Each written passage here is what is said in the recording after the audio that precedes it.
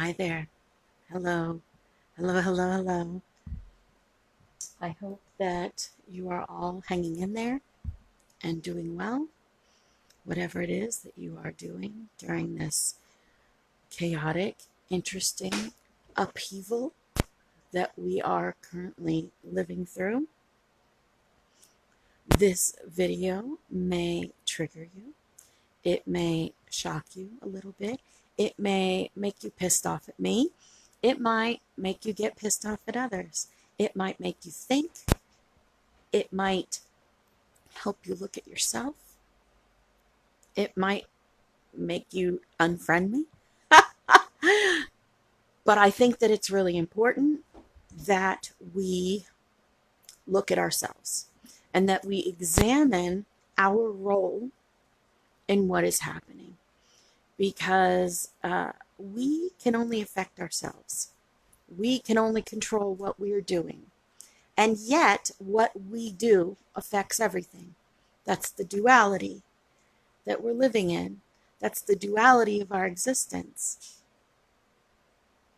And so I really wanted to address something that I've been actually talking about for several years, and that is facing the fire. And it is something that I have seen in the spiritual community. It is something that I see in my friends. It is something that I see in empaths.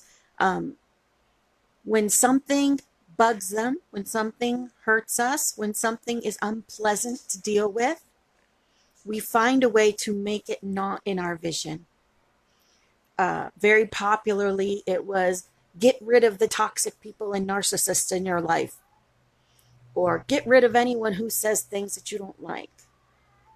Don't watch the news so that you can't see what's going on in the world because that's all an illusion and we don't need to see that. So I've been addressing this for like 3 years now. And I actually did a whole show called The Current Events Conundrum. Should the awakened watch the news? Now, my stance on this has always been that we, as the awakened, we, as citizens of the United States, we, as citizens of the world, have to pay attention to what is happening in our 3D world. We are here to live a human experience. And the way to experience being human is to pay attention to the 3D world, to do things internally and externally that will create a 3D world that is pleasing, that exhibits the sort of principles that we, as the awakened, try to embody in our everyday life. Oneness, equality, empathy, unconditional love, forgiveness. We work so hard to do that within ourselves. And yet so many of us in the spiritual community as well as in the regular world want to say that doing that in the real world is not my issue. And facing that in the real world is not my issue. And what I have always said is that we, as the awakened, we, if you are calling yourself a light worker, what do you think you're awake for? What do you think you're awake for if not to be loving, to be forgiving, to have empathy for others in this time? And I know that it's difficult. I know that it's difficult. And I'm not suggesting that you go out in the streets with a sign or throw bricks or do anything like that. I'm not. What I'm asking is that you look inwards and examine the reactions that you are having. I'm going to be doing a show this week with Richard. I believe that he jumped in here live. I'm going to be doing a show with him. And we're going to talk about how you can kind of use what is happening to help you push forward in this awakening. We're not going to get political. We're not going to get, to what's happening in the world based on that broadcast. But here, yes, I am going to do that because I am a human. I enjoy the human experience even as it is painful. I have empathy for those who are in pain. And through that empathy, I'm able and I embrace sending that love, sharing that solidarity.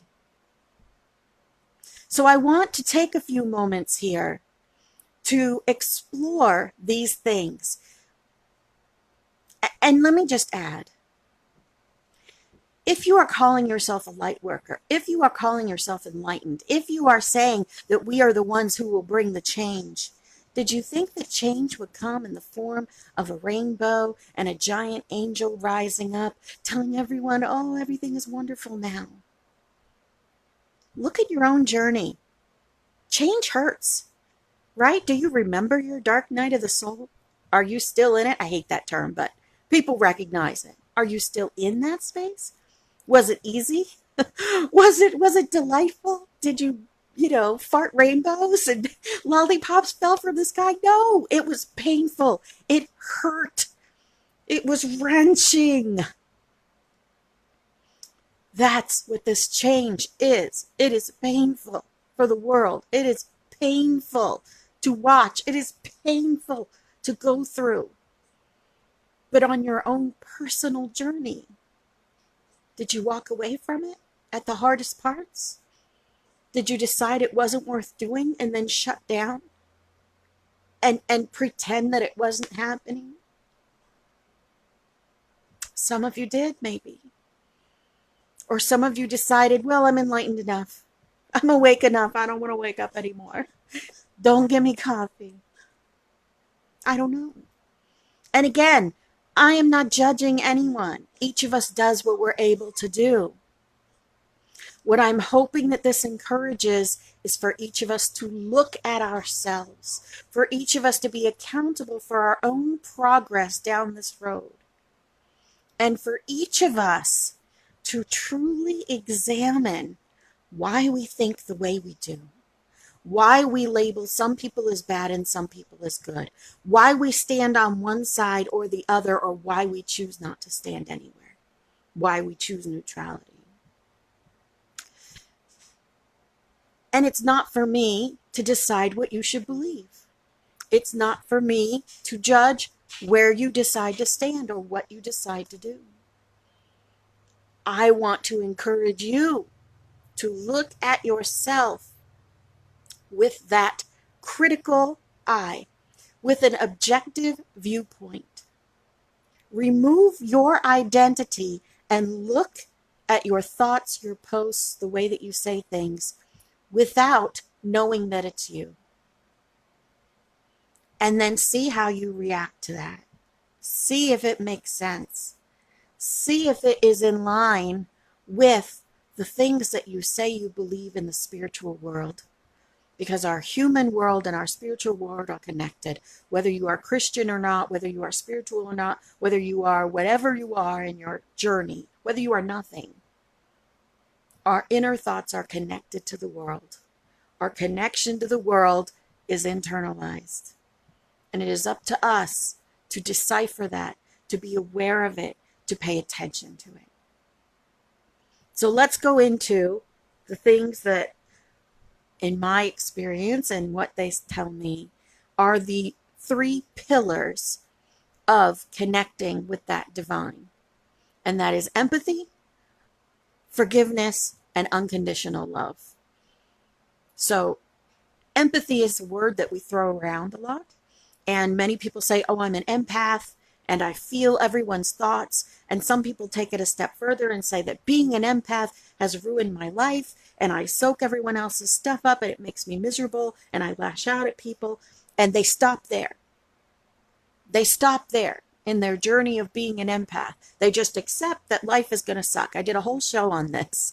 Just accepting that things suck, and that's that, rather than trying to step into a different understanding. And again, no judgment. People are going to be on their journey as they are. It's up to each of you to look at yourself and where you are on that journey. So empathy is truly being able to understand the emotion behind an action, to feel it as if it is your own. Now, you don't have to agree with the motivation for that action to have empathy for why they do it, right? So I have a couple of examples. Let's go with little kids, little kids, 2-year-olds, right? 2-year-olds can't verbalize what they want. And they point they're trying to get you to understand. And when you don't understand, or when you don't pay attention, or when you don't get what they're trying to say, what does a 2-year-old do? They throw themselves on the ground. They start kicking and screaming. They lose their shit, right? Now, I, as the grown-up, may not understand the motivation behind the way that that 2-year-old is acting, right? I may not understand that motivation. However, I can certainly understand how it feels to not be understood.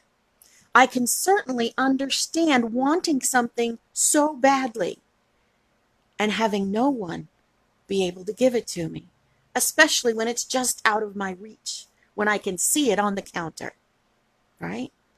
We can understand that, we can empathize with it, we can imagine, use our visualization to connect with what that feels like, right? Even if we don't understand the motivation, we know logically as a grown-up that throwing themselves on the floor and kicking and screaming is not going to get them what they want, right? But that 2-year-old who's in the grips of that emotional turmoil, they're not thinking logically. They're thinking from their heart. They're literally splatting their feelings out through their actions, right? Now we can understand that. We can empathize with that, right? But what happens when we get older, and when it's people around us who are a little bit older that are acting out that way, or that are expressing their emotions in a way that we don't agree with, is that we start to judge them by our own standards. Well, if I wanted that, I would never act that way. I would never do that. So why are they doing that? That's not right. So we judge them by our own standards. See, but we haven't walked in their shoes. So if we bring that up to a grown-up, someone that we know, maybe someone that we love, a spouse, a boyfriend, a girlfriend, a family member, mother, father, and we're in this space of trying to get them to agree with us. We need them to understand what we're saying, or maybe they need us to understand what they're saying, right? And they start yelling at us, and maybe they start calling us names, and maybe they bang their hands on the table, and some people punch a wall, and they're screaming and yelling and cursing and calling us names, right? Have you been in that situation on the receiving end? Have you been that person doing that, where you just felt out of control and overwhelmed by your emotions because this person just wasn't getting it? That made you so angry, right? Now, if it's the other person doing that, you may not be understanding their motivation and reasoning for getting that angry, for getting that emotional. But you can understand that emotion. You can connect with what it feels like to be so misunderstood that it throws you into a tailspin and leads you to lose control, right? You don't have to agree with the reason that they're getting mad at you to empathize and have empathy for the frustration that is in that emotion. Their emotion is valid, even if the way that they are expressing it to your reasoning is not. Okay? That's empathy. So now let's take this on to another level with actual world events that are happening now. And like I said, this is not judgment against anyone. I have my opinion. I have very strong opinions if you've been looking at my page. But this is about empathy. And in a time when we see violence, destruction, and anger, how can we practice empathy yet still hold on to our values and the things that we believe, and stay accountable and aware of where those values are based, and constantly adjust for new information and new perspectives. Okay? So now we're in this space of all of these protests and what's going on, and they have become violent in some places. And there have been people who have taken advantage of that and gone in and looted. And there are people who have come in from both sides of the equation to rabble-rouse and to make it look worse than what it is. Okay? On both sides. And there are many, many, many, many people who are looking at this and saying they need to be peaceful.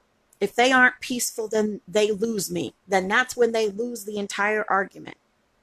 Now, let's pull this back a moment to ourselves. Okay? Let's pull this back to the moment when we were the ones lashing out, who felt out of control, who couldn't get our point across, and were so angry that we were yelling and cursing and possibly throwing things and maybe punching walls or whatever it is. Did your level of anger negate your point? Did it make the thing you were mad about any less valid because you weren't able to express it in a way that the other person was willing to accept? The way that the point is expressed does not validate or negate the point. You can still have empathy and understand the anger, the frustration, the feeling of being marginalized and nobody caring. You can understand that emotion even if the person across from you is expressing it in a way that is destructive, that is mean, that is hateful. Their point is still valid. Their emotion is still a valid emotion, no matter what it is. Now let's change this whole situation to a different cause, okay? Because I have many, many people in my spiritual feeds that are very, very committed to the child sex trafficking, secret pedophilia, Luciferian ring that Trump is working to expose, and he is the savior. Okay. So I have a lot of people in my circles that believe that 100%, 1,000%. So let's shift, and yet in this situation, they're talking about how people need to be peaceful and people need to sit back, and it's okay to bring in the military here in the United States to stop them from doing that. Okay. So let's shift this entire situation so that we can see it from a different viewpoint. Let's imagine, we'll use our visualization, let's imagine that these protests are actually against, and this is a hypothetical, let's say that a video of the members of the Walton family has come out with them literally harvesting adrenosome from a child and killing them. And that has come out public on mass media and on the underground media. Hypothetical. And it comes out that they are the leaders of this sex trafficking ring or involved in it. Would your people who believe this so wholeheartedly, who are constantly talking about standing up for the children, would you go and protest Walmart? Would you crowd Walmart and go inside and destroy their empire to bring it down? It's a question to ask yourself. What would your reaction be if a video was released that confirmed all your greatest fears, and that building right there was the symbol of that evil to you? What would you do? What would you do? Would your reaction have as much anger in it? Would you come with your 2x4s?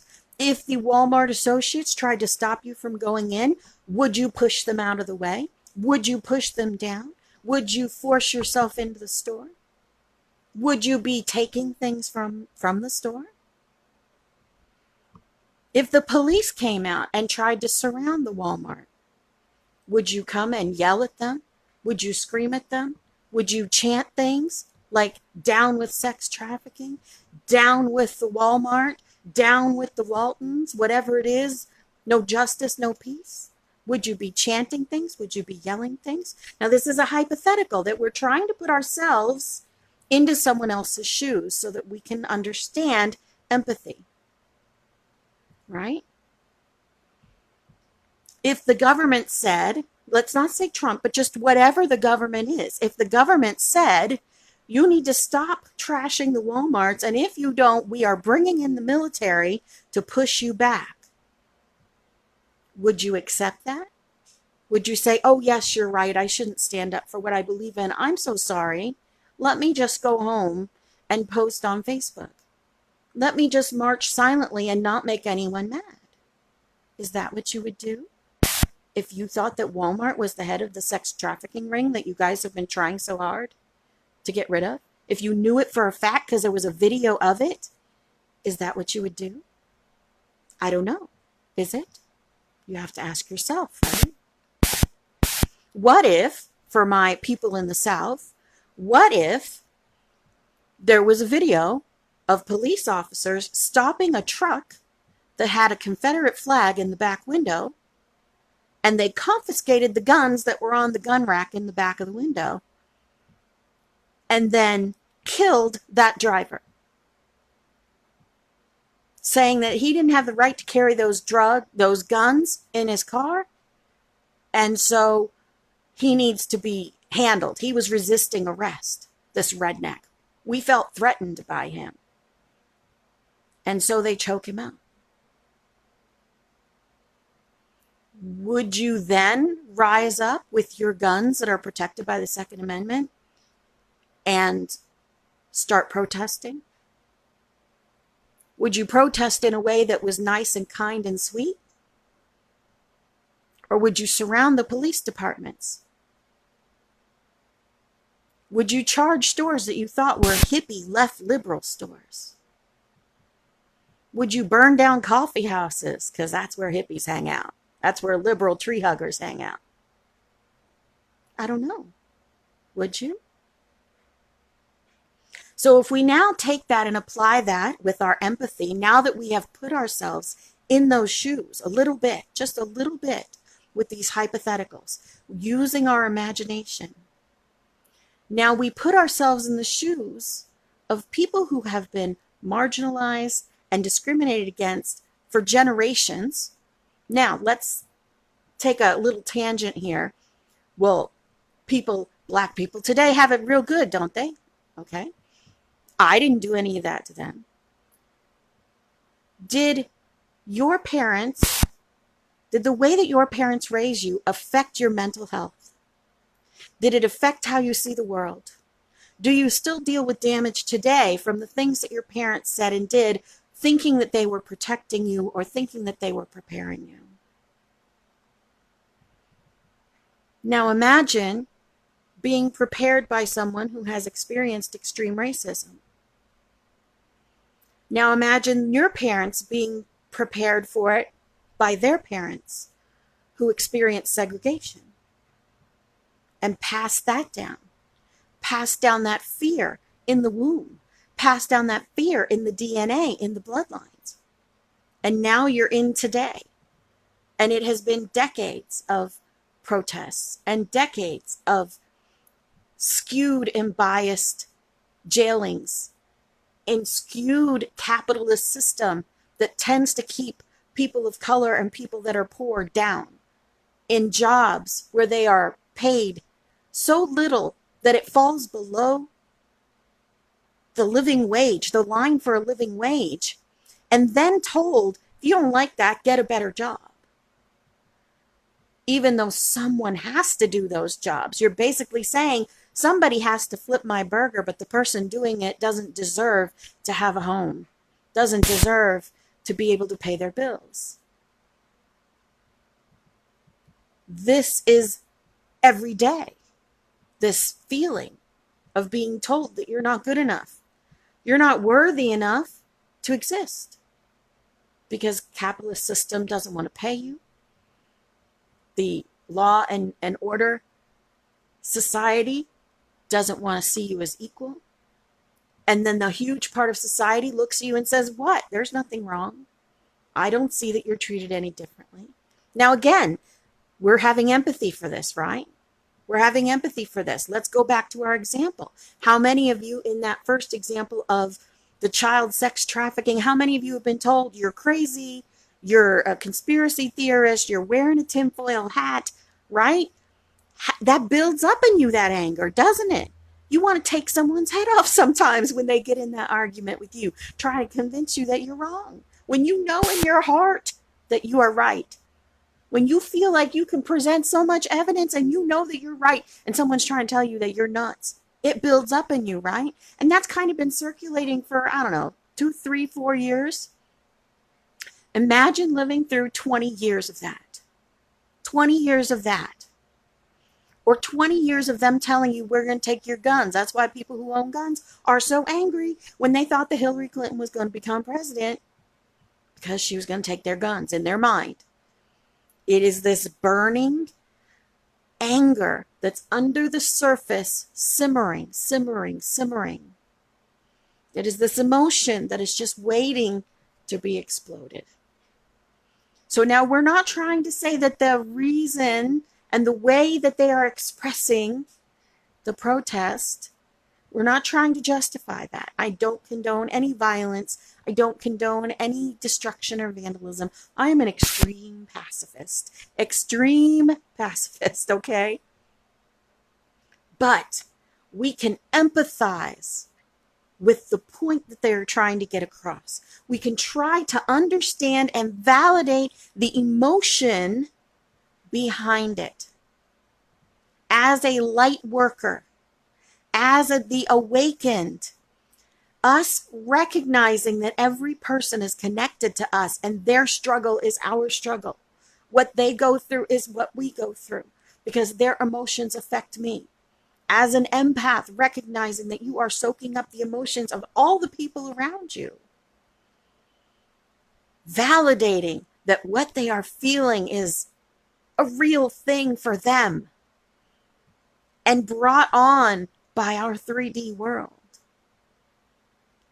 That's powerful.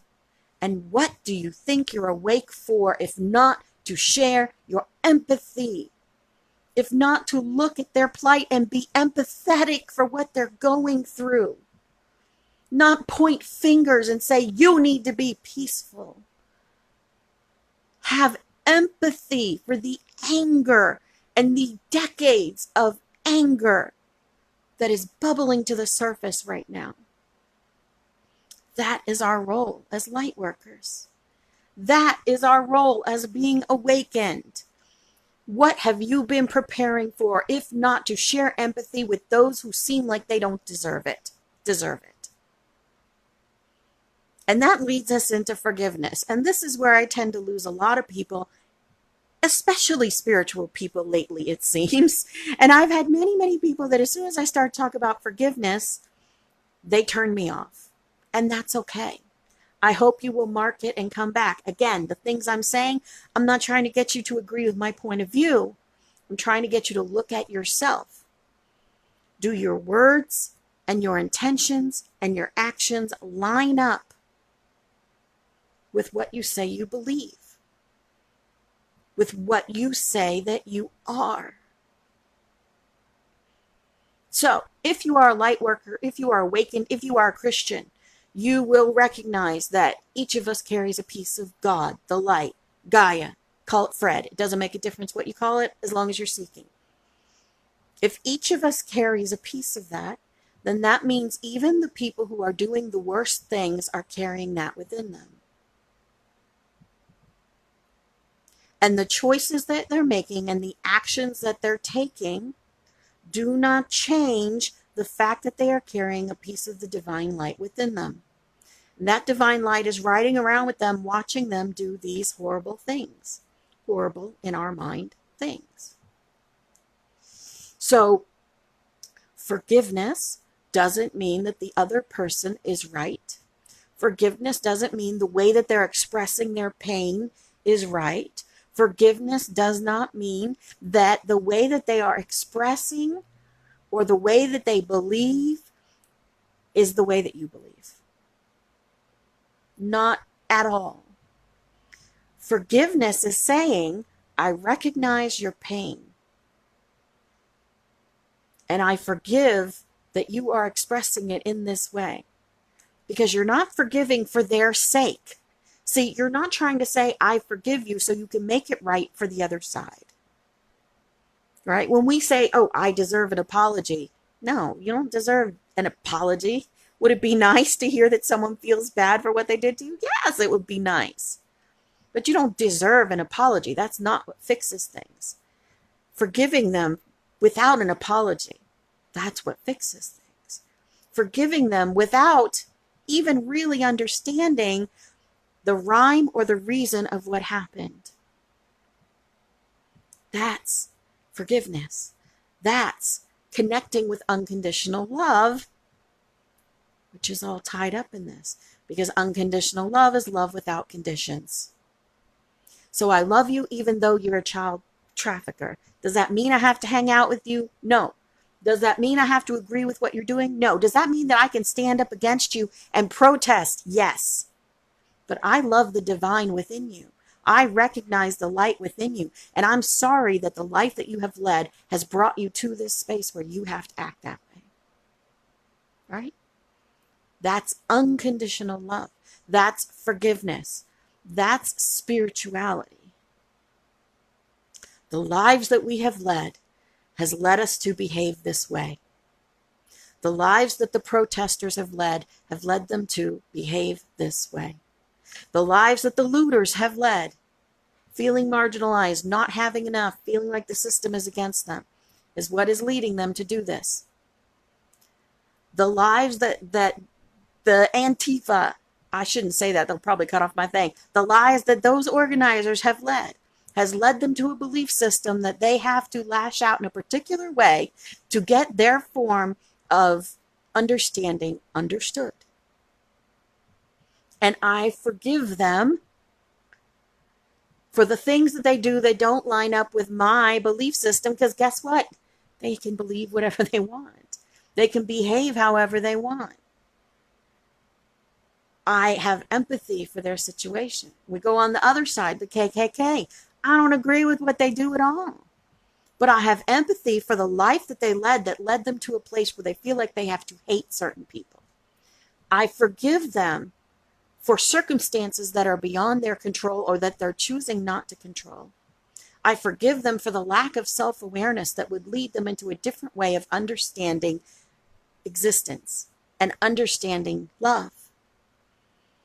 I have unconditional love for all humans who are going through the painful human existence where each person is given pain and trauma and wounds that then boil to the surface and explode in a million different ways. Each of our journeys is individualized for us. Each of our journeys is individualized in the way that we react to it, in the way that we interact with others, in the things that we choose to pay attention to. Each of you, each of us, must be accountable for the things that we do. I'm not responsible for what you do, but I am accountable for the way that I view it, the things that I have done, the way that I inspired it, and the way that I express myself. I am accountable for that. And in the words of a very popular spiritual person here on the Facebook, If someone's calling you an asshole, sometimes you have to look at yourself and say, am I an asshole? Am I being an asshole? Now, you're not responsible for that person feeling that particular way. However, you have to be accountable for your own actions that may have led them to feel that way. Accountability versus responsibility. POTUS is not responsible for racism, but he must be accountable for the things that he has said to encourage people to act up out of that space. Each of you who is on here may be saying things on your post that you believe are truly about uniting, are truly about being one, are truly about everyone getting along. And you're not responsible for the people who get mad at you for that. If I look at that and go, ugh, but it's not an equal society, but these people are not having the same experience I am, so how can I expect them to react the same way that I would? You're not responsible if I get mad about that, right? But you are accountable for the way that you deliver it. If you feel that you've delivered it in a way that is right, good for you. And yet, in all of our deliveries, in all of our belief systems, in all of our truths, we must be open to new information, to shifting perspectives, to new spaces of empathy. We must be open to the experience that all humans are having, both collectively and individually. Because we are everyone and we are no one. We are one and we are all. And if you are saying that you are a Christian, that you are religious, if you are spiritual but not religious, if you are a light worker, if you are an awakened, if you think that you're enlightened, if you think that you're above all this and you don't pay attention to it, and you don't have a stake in American democracy, and you don't care what happens in the world, you still live here. Why do you think you're awake? Why do you think that you got woke up so you could ignore all this and pretend it's not happening? No, so that we can love, so that we can shine our light. Change is hard. Transformation is painful. It's not a butterfly breaking out of a cocoon. It is an American werewolf in London ripping and shredding and stretching muscles and bones and hair and skin. It is painful. Childbirth is painful. Oh my God, it's so painful. Nobody gets pregnant thinking that it's going to be an easy ride. And we've been pregnant for years. Guess what? The baby is coming. We are all in labor right now. And what we are birthing is a new way. What new way do you choose? Do you choose freedom? Do you choose free will? Do you choose love? Do you choose empathy? Do you choose forgiveness? Do you choose unity? Unity also means supporting people that you don't agree with. Not just unity with people that we agree with. If we only felt love for people that agreed with us, then what's the point? The whole point of spirituality and Christianity is to love those who don't love us, to love those who don't think like us, to love those who aren't open to things beyond their four walls of understanding. When you close your mind, your growth stops. When you decide that this is exactly what I believe and there is nothing more, your growth is over. This is a time for growth, and growth is painful. It's painful. It's not easy to watch these videos. It's not easy to watch this brutality from both sides. It is not easy to watch our country slip backwards into a non-democratic country. It is not easy to watch the world seem to be less and less caring about what happens to those of us who are the least protected. It is not an easy thing to watch that happening. What are you shifting within you to change that? How do you shift those around you? You change yourself. How do you change what you see in the world? You change yourself. And maybe your change is reacting you going and protesting. Or maybe your change is reacting you meditating on the couch and sending peace to all involved, to all sides. Maybe your change is you starting to shift your thinking on an issue and doing more research. Maybe your change is literally to love yourself enough to not be threatened by other people's pain.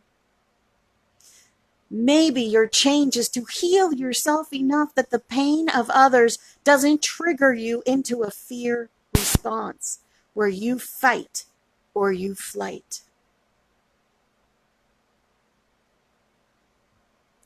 It takes a lot, and it's not easy. But every single one of us is here for a reason. You're awake for a reason. You're alive for a reason during this time. And it's up to each one of us to choose self-awareness so that we can discover that. Now, I don't know if y'all noticed, I haven't responded to anyone. I don't see any comments. So I've not seen any comments. I don't know that there were any comments, but really, I don't need anyone to agree with me. I love every one of you, whether you agree with me or not. I don't need any of you to do what I'm asking.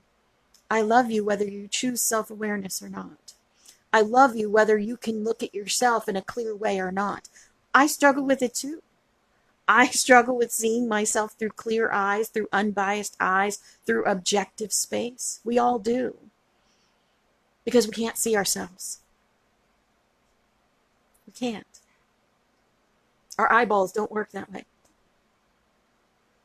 But we can go into that space where we are no longer our physical vessel and see ourselves.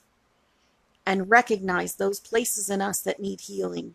Because it's the places in us that need healing that lash out on the rest of the world. It's the places in us that we aren't aware of that bubble up and explode on others. And explode on the world around us without rhyme or reason. Right? Well, I hope every single one of you will embrace love, embrace unity, without saying they need to be unified with my view, but rather, I feel your pain. I feel your pain.